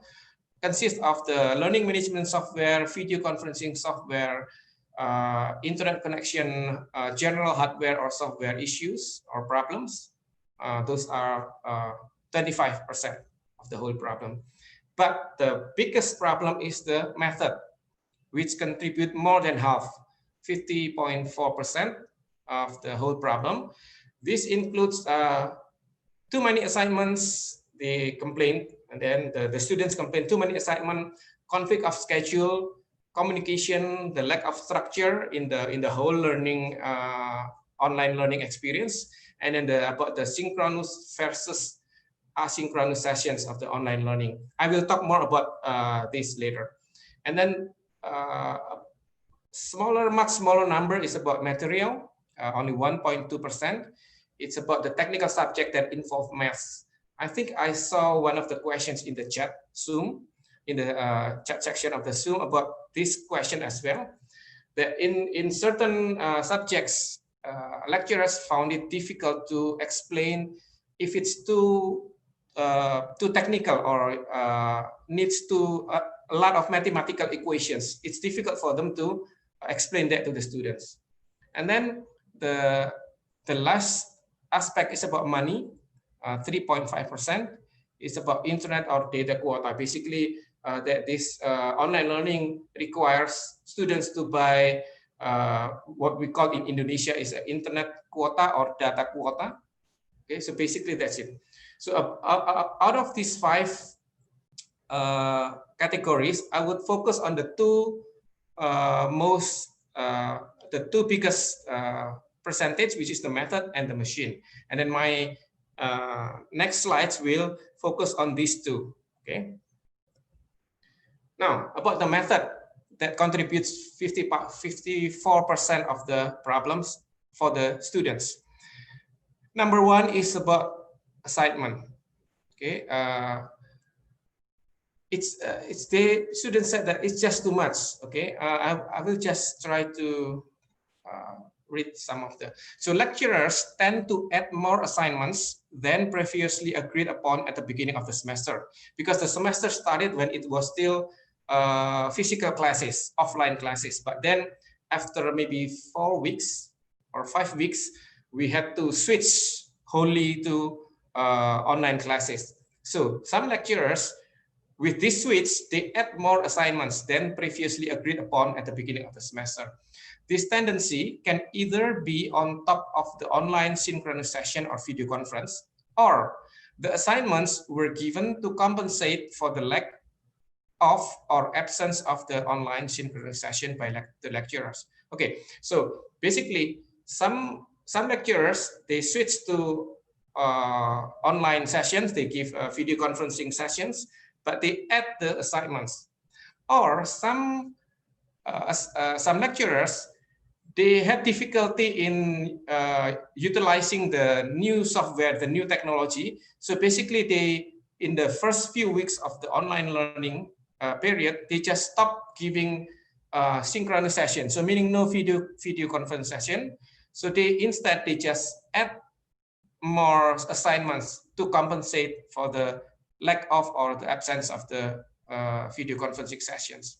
Some, mostly older lecturers, have some difficulties in adapting these new tools or technologies to conduct online learning, either the LMS or the video conferencing software. Even though we have introduced the software during the emergency workshop sessions, but maybe it's just too fast. It's just too quickly moving, and then it's too short. So they still need time to process everything. So they have some difficulties. Okay, this complaint is by far the most dominant one from the students. So many students are complaining about this aspect. Too many assignments. Okay, and then number two is about scheduling conflict. I don't know, maybe because lecturers think that, oh, synchronous online learning, meaning that it can be conducted at any time, right? So some lecturers just hold the online video conferencing. The session was held outside of the regular class schedule, and this has caused some conflicts of schedule with other classes. So students are I mean, in a dilemma, because this a particular lecturer has changed the schedule that will also taken the time of other schedule, and then this has created a lot of headache for the students. Number three is about the online test. This is why I speculated that the decrease in the student perception on the third week was, I think, one of the contributing factor is this online test. I think it's mostly about the mindset. Many lecturers still think that students will cheat. Okay, so some lecturers, because of this mindset, some lecturers tend to be too rigid with online tests. For example, because they have the mindset that students will cheat if they are not monitored closely as in the physical classes. So these lecturers, they look for ways to make it hard for students to cheat in online tests. It can be done in the form of grouping some questions and assigning a certain amount of time, maybe usually very tightly timed, before the students can move on to the next group of questions, and so on and so on. So very tightly timed group of questions before they could move to another group of questions. This has created an unnecessary stressful situation for students, since they need more time to work on the online environment, especially in doing tests online. This is due to the newness of the environment as well as the internet connection aspect. So some students do not have reliable or fast enough internet connection. Many students said that they have experienced panic due to the continuing counting down of the time in the online text. So it gives them a sense of urgency, but at the end, it creates a panic. Things will get even worse when the students get connection problem or laptop problem or computer problem. They went into panic mode, of course. So instead of preventing students from cheating, the measures that have taken by the lecturers have caused honest students to do worse in online tests due to the stress. So we can talk more about that in the question and answer if you are interested. But number 4, it's about environment. Online learning means new environment for most of the students. This relates also to the third aspect from the students, which is an environment and technical problem. So with this new adjustment, not only the lecturers, but also the students, even though they are millennial generation, they adapt more quickly than their lecturers, but still, this is a new learning and teaching environment. Lecturers and students need time to adjust. So in the perspective of the lecturers, they still need to adapt that your teaching method on the physical classes may not be able to be exported directly as they are into the online environment. You might want to make some changes. So the mindset has to be changed as well. Okay, and then for the students, it's relating to this whole new environment, the stress, additional stress that they have while they are doing their tests, while doing their learning, the distractions, and then even the physical space that they have. Not many students, not all students have a quiet space, or not all students have their own private room where they can do the online learning in a conducive environment. Some might have too many distractions around them while they are learning. Okay, so the number 1, but again, it's about the assignment. The assignment is the number 1 complaint from the students. And then about now we got to the second aspect, which is a machine, which contributed 25% of the whole problems. So basically, we have our own LMS that we call Lentera or Moodle. It's based on Moodle, but we name it Lentera. It's the second.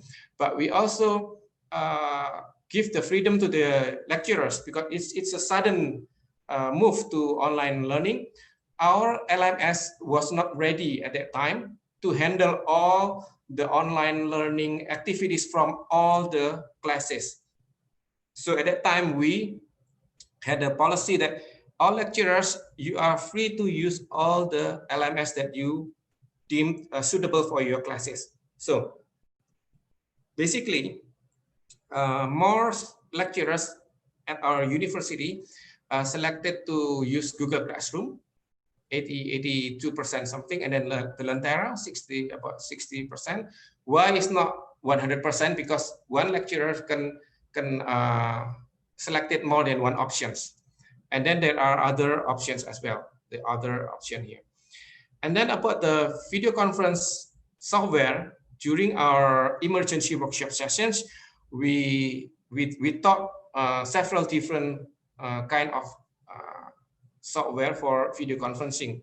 And it ended up that Google Meet or Hangout is in the first position, and then Zoom, and then Cisco WebEx, and then other softwares. But these two are the two players, Google Meet and Zoom. We have a Google Suite subscription, so most of our lecturers use Google Meet and then some lecturers use Zoom. Okay, and then to the next slide. This is the breaking down of the use of video conferencing software based on faculty. So as you can see here, most of the faculties use Meet more than Zoom, with the exception of 2 faculties. which is the FSD means a Faculty of Art and Design, and then FTSP that include the Department of Architecture. So these two faculties, because their nature of their subject, the field of study, they need Zoom, particularly because of the annotation function of Zoom, because they have to teach something that is visual to their students. They most of the lecturers in these two faculties elected to use Zoom more than Google Meet, but in other faculties, Google Meet is the number one. Yeah, just have one or two more slides. Now, the second aspect in the machine aspect is the internet hardware software. Some of the technical or machine aspect involved in the conducting online instruction experienced by students using during COVID-19. The major problem is the data connection, as the previous two keynote speakers have alluded to, that data connection is a big problem, even though no big problem in the big cities like in Surabaya. Okay, but even though in Surabaya, some of our students have complained that they have financial issues to buy the internet quota, because with all the accessing of the digital resources and then the video conferencing, they need a lot of internet quota. And then some of our students went back to their home localities, and this can mean very far away in the East Nusa Tenggara or in the Moluccan Island, where they have been experiencing problems with data connection in terms of the signal coverage, in terms of the internet connection reliability or the speed. So this has become a big problem for our students.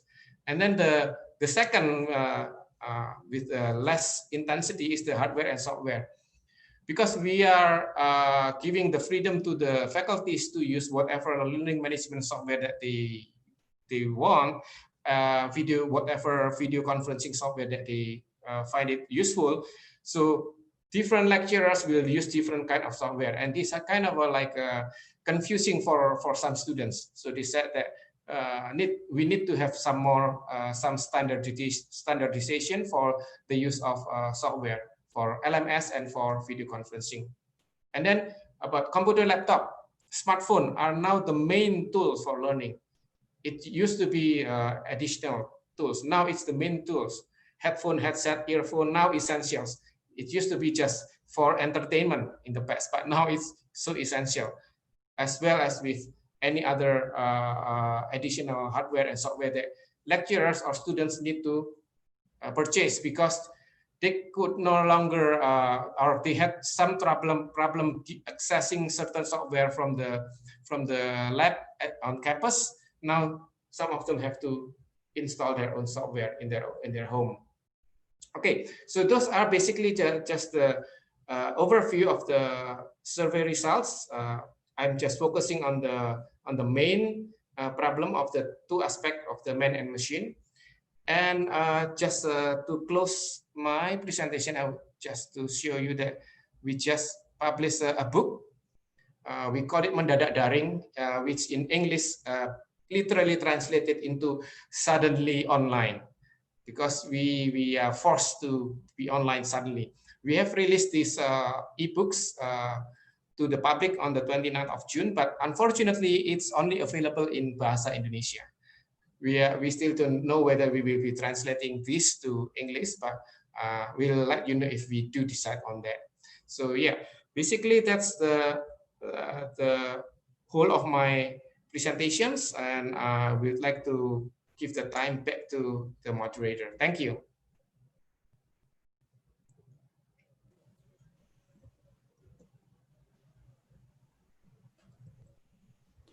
Thank you very much, Dr. Aditya, for a very stunning survey result from the students' perspectives, from the students' voices.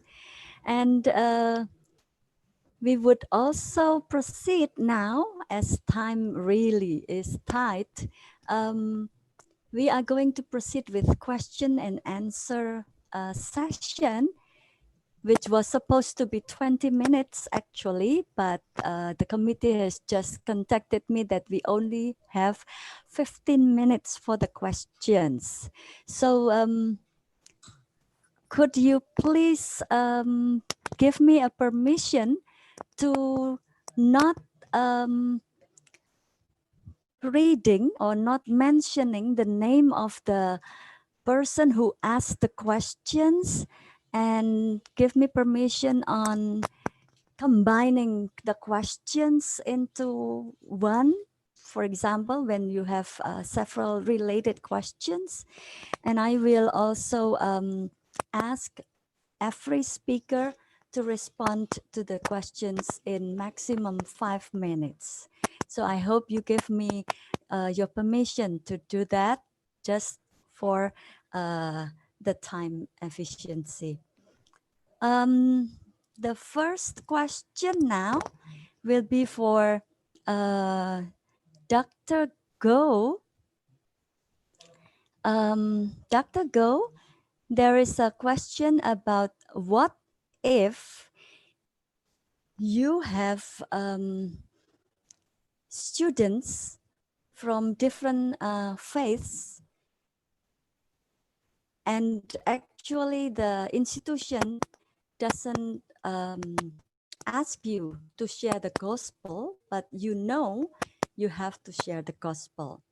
And another thing is, what if the parents at home have different perspectives in the formation program, especially according to this questionnaire, in values. Okay. Another thing, I think you already answered, Dr. Go, one question with one long question with one short answer about the balance of synchronous and asynchronous, just to make sure there is the personal interaction between the teacher and the students. So if you want to also clarify what you mean with the balance between synchronous and asynchronous, you are welcome. So there are 3 things that I think I have selected together with 2 attendants in YouTube and Zoom platforms for you, Dr. Go, to respond. Okay, Thank you. with the last question about the asynchronous and synchronous, I just want to add to my answer that it is possible to communicate the presence of the teacher even asynchronously. No? So as long as a teacher responds to the discussion boards, that's also one way of being personable, no? Online. Now, regarding faith and values formation, as I said earlier, uh, it really depends on your philosophy. And if your philosophy is to teach the faith and values as facts, you will get into trouble because you are insisting that you are the only one correct. No? But if you are proposing that the teachings of scripture, for example, or values as judgments, you are inviting the students to think for themselves and to make their own judgments. No? Now, with regard to faith, I would be more careful because obviously, unless it's a religion class, there's really no need to sort of be in your face about your own faith. No, but I think as educators, our job as Christian educators, our job is to invite and challenge our students to make a personal judgment about their faith so that they will live their faith authentically, whatever that faith is. No, because you cannot impose on other people. Even if I believe, obviously I'm a Catholic, I'm a priest, obviously I believe in my faith, I cannot impose on other people because it's it's not going to work. It just doesn't work that way. Nobody's going to accept it. No? But with regard to values, again, if we propose values as judgment, in other words, we have reason supporting why we feel these values are important, we're only inviting our students to make a similar judgment. No? And we are not imposing on them. So if the parents complain and disagree with you can always say, I wasn't imposing the values as facts. I was proposing them as judgments. No? So there is a way around that. I hope I answered your questions. I hope so. Thank you, Dr. Go. Another question, because you still have time, Dr. Go, is about, is there any experience in doing service learning with marginalized communities, such as disabled people, in trying to build or encourage the empathy of the students? So the question is, do I have an experience doing that? Yes. Yes, well, I went through a similar a program where I served for 1 month in a orthopedic hospital for the poor, you know. So and I was serving those who had spinal problems the whole month. So uh, I think working with people who are disabled is really a very powerful way to sort of nurse empathy, you know, for other people, because really you will begin to appreciate all the things we take for granted, no? Like being able to move properly, being able to be independent and take care of ourselves. All these things that the many disabled people could not do when I was doing my service learning. So yes, that's a very effective way. But online, that would be a little bit problematic, I think, no, obviously. But you can also access stories of people who are disabled, how they felt, what happened to them, and that can also create the some kind of empathy. No? Yeah. Thank you. Thank you, Dr. Go. I would like now to move to Dr. Eka, because we have questions very specific about in trying to help the students in Sanata Dharma. This might be some example that the person who asked this question asked for, maybe an example. How to keep your students' physical health when we have to learn from home during this global pandemic, and how is Sanata Dharma University facilitate students to learn well? So maybe you can respond to these questions, Dr. Eka. Thank you for the question given to me. We just finished our service, not service learning, but KKN. I'm sorry. We just finished our KKN using online system. I mean, Service learning. Service learning, sort of service learning. Before pandemic, this program is always working in a remote area. Some students would go to a remote area, but due to pandemic, we cannot do that anymore. And therefore, we developed the so-called independent KKN, or independent service learning, because the main point is not to have a remote area situation, but the most important thing is how to cultivate compassion from our students. And therefore, they are free to do many activities based on their own context. They have they may propose any related activities, as long as through this kind of activities, they can develop their compassion to the society.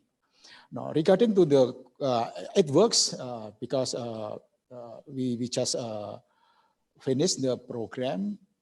And regarding your question about how to make sure how to have our students maintain or keep their health using an online environment, I think it depends on the way we design our online learning.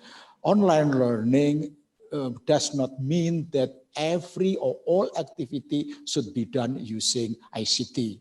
Online learning can be just a way of communication, and many other activities, especially physical activities, can also be introduced using online learning. So we may ask our students to do things like making a survey, doing things, doing exercise, and so on. And then they can report, our student can report to us by taking pictures or taking videos. So there are many possible things to do using an online platform. So that's why the design process, the design aspect of online learning is very essential. if we don't have any pandemic problem, then in our campus, we enforce our students to be actively join some physical activities. So we provide a very good football field. We develop our auditorium. We have many places to gather, to have some physical activities, and even in our whole person education program, where every student has a chance to be accompanied by their advisor for 1 year, we integrate the program with physical exercise activities like group dynamics, outbound, and visiting some interesting places. Yes, as a Jesuit university, we have enough and sufficient facilities to support physical health, and most importantly, for me, our concern to develop good physical environment is the most appropriate response to the digital life, because one threat we have in digital life is physical health. If our young student, our student are so enjoyable in using digital platform, and there is a threat that their physical health is in danger, then we should develop the way our response is to develop our physical facilities like sport hall or football field in such a way these facilities is also very interesting to those our young student. And because we believe a good life should be the whole person life in many aspects, either physically, spiritually, and mentally. That's my answer. Thank you. Thank you, Dr. Eko. Exactly 5 minutes for both questions response. Thank you. Now, Dr. Adit, there are some questions for you too, based on the survey from the students' voices, but also maybe your analysis and further survey, if any. There are questions like this. What teachers should concern in order to sustain students' meaningful learning, retention, and motivation to learn? Is it better for teachers to allocate more time for lecturing and interactive sessions in the online class, or only short lecturing time, but expose them with materials, with reading materials, something like a flip learning with reading materials or assignments with various due dates? Those questions. And another, if you have maybe some result from the students' voices, the online platform which may be low cost. Thank you. Okay. Okay. Regarding maybe a platform that is low cost, I think in Indonesia, especially in the Indonesian context, certain carrier like Telkomsel, I believe, has made it a free access to your university learning management system. So, but your university needs to register your IP address of your LMS server to Telkomsel, and then after it's registered, all the data access to the address will be free. It means that all the students who are accessing the LMS, in our case at Petra, we have registered our Lentera server to Telkomsel. That means that all access to Lentera, either for downloading materials to interact with in the forum section or in doing the online quiz, all the data access is free. But I think that's limited to the certain carrier Telkomsel, and only one server can be registered to have this to enjoy this free access for the data connection. That's one. So it's not a a satisfying solution, but at least it's part of the solution. And second, maybe not about which software is low cost or in terms of data connection, because there are conflicting information about which video conferencing software only generates the least amount of data. Some say it's Zoom, but some say it's Google Meet. Some say it's something else. So I'm not I'm not in I don't have any expertise to judge that. So, but I think the way to go is to reduce the amount of time for synchronous online interactions, meaning reduce the time for video conferencing. This solution is to help students with limited financial resources to buy the internet quota and stuff like that. Maybe that's part of the solution. And then the first question is about how to maintain students' interest in learning. That's right. Maybe, yeah. We as lecturers, because this is a mendadak daring or suddenly online, we don't have any prior experience. Everything is new for us. So many of us tend to just transport what we do in the physical world into the online world. Meaning, if we have 2-hour lectures on physical classes, we also do 2 hours video conferencing. Well, that's not necessarily the best thing to do. Okay, so in the early days of our mendadak daring or suddenly online, my center proposed to the university rector to adopt a policy that if you have a 2-hour physical class lecture, it doesn't mean that you have to do 2 hours of video conferencing. You can supplement that with other asynchronous activity, still online but asynchronous. Maybe ask the students to read first, give some reading assignment, give students some discussion assignment that they have to discuss first, so that they will spend time to discuss on the learning management software, for example. So those are the kind of things that you can do to sustain student interest. So it's not the whole 2 or even 3 hours of video conferencing, but you can divide it into chunks, or you can use there are many resources with millennial generation right now. They are more visually oriented students. So use visual resources, YouTube videos. There are so many interesting things that you can find in YouTube videos. The only drawback is that most of them are in English. Yeah, but if it's not a big problem, then it's a wonderful resources. Or you can also do, I mean, maybe just, I just saw like some, what you call ice-breaking activities for Zoom or for video conferencing. So basically it's just like ice-breaking in the physical world, but this one in the online world. So maybe that's just touching on the surface, but at least those are starters that you can do. Thank you, Dr. Aditya. Thank you for only touching the surface, because there are questions that we didn't try to respond right now in the first series, because we think and we suspect, we expect that the second series will answer some deeper and maybe practical too questions.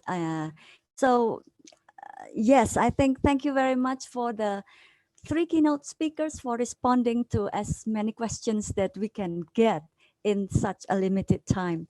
Thank you too for all your questions, dear participants. And now for the last agenda, but not least, of course, we are going to proceed with the closing remark from Dr. Hope S. Anthony, the Director of Faculty Development of the United Board for Christian Higher Education in Asia. Dr. Anthony, the time is yours for the closing remark. Sorry. Hi. I would like to speak on behalf of my colleagues from the United Board. I would like to congratulate and thank the team of the Whole Person Education ambassadors who made this first part of the webinar series possible. It is very heartening to know that you continue to be committed to the philosophy, the principles, as well as the pedagogy of whole person education. And the very question that you have been asking since very early this year, how do we embed whole person education in online teaching? It was already difficult during the face-to-face teaching. How much more is it challenging during the online teaching? I think this speaks volumes. This question alone that you raised speaks volumes about your big commitment to this whole person education, philosophy, pedagogy, and principles. And so I think the United Board, everyone at the United Board would join me in saying thank you very much and congratulations on this first webinar. I think I would just like to say also that affirming what the speakers have said, and we are grateful to Father Johnny, Dr. Eka, and Dr. Adi, who is also one of the WPEA alumni. We were always reminded during the training in Ateneo that we teach who we are. It's a quotation from Parker Palmer. But now the question is, how do we communicate that presence? In the words of Father Johnny earlier, how do we communicate this presence as a teacher during the online teaching? And I think they have shown examples of how to show our empathy while building the empathy among the students, how to encourage student feedback regularly, how to be more mindful about how we design courses, make them short but of higher quality. No need to spend so much time, burdening students with long lectures or a lot of readings. I think we need to learn the technique of putting important chunks of lessons in our teaching, and then always find ways to engage them. I think these are some of the reminders that we have received from our speakers. So this is just the first part. So I think you will have to look forward to the second part, where you will continue to learn more and have also chances to raise your questions. So thank you once again to everyone. All the best. Thank you, Dr. Anthony, for wrapping up all the topics of the day and also for encouraging and support us continuously. Now, this is the end, ladies and gentlemen, of the webinar series 1.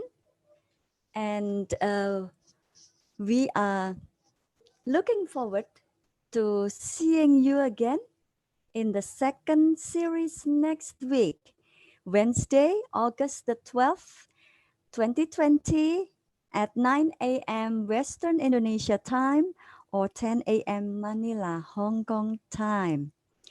And here is your exit ticket link to at the bottom left side of the slide today. Again, I thank you all the keynote speakers, all the representatives of the UB CHEA and the participants and the committees. On behalf of the committee, I say goodbye now, but see you again next week. Bye. Thank you. Bye. See you next week. Bye. Thank you, Dr. Anthony. Welcome.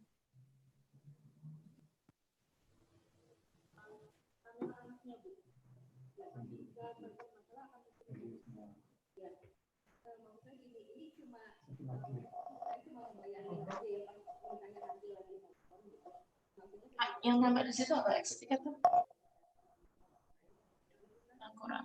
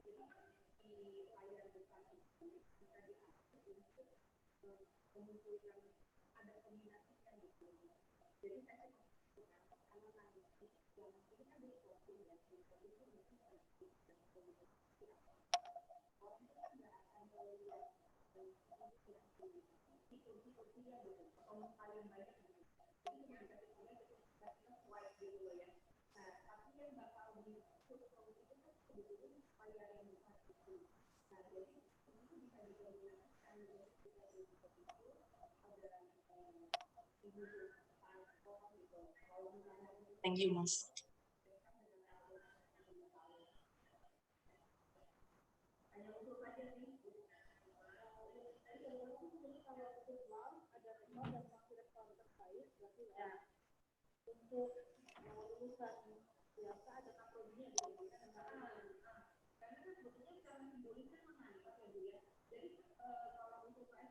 Bapak Ibu panitia jangan keluar dulu ya. So please all the speakers and committee, could you stay for a while? Siap.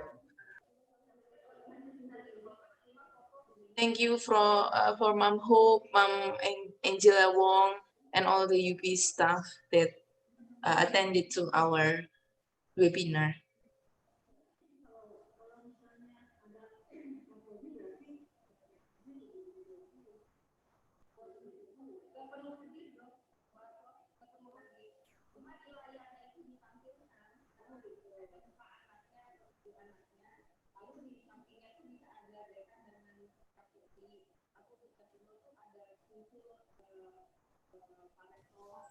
Saya termasuk yang harus stay atau boleh leave, Bu Debbie? Stay dulu, enggak apa-apa ya, Bu ya? Oke, enggak apa-apa. Oke, terima kasih, Bu. Minta maaf untuk keterbatasan saya ya. Enggak, bagus banget. Temoto banget, Bu. Ya Bagus ampun. kok, iya. Keren banget asli. Ya, ketok Agak. grogi, kalem aja. Woi, karena sudah berpengalaman menutupi kegrogian ya.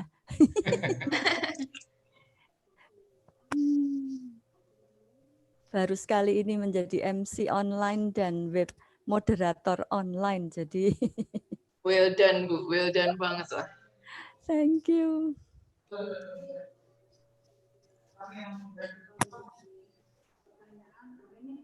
Terima kasih Bapak Ibu semua. Thank you for all participants. You can fill up the exit ticket and then leave the Zoom room. Thank you very much and have a good day.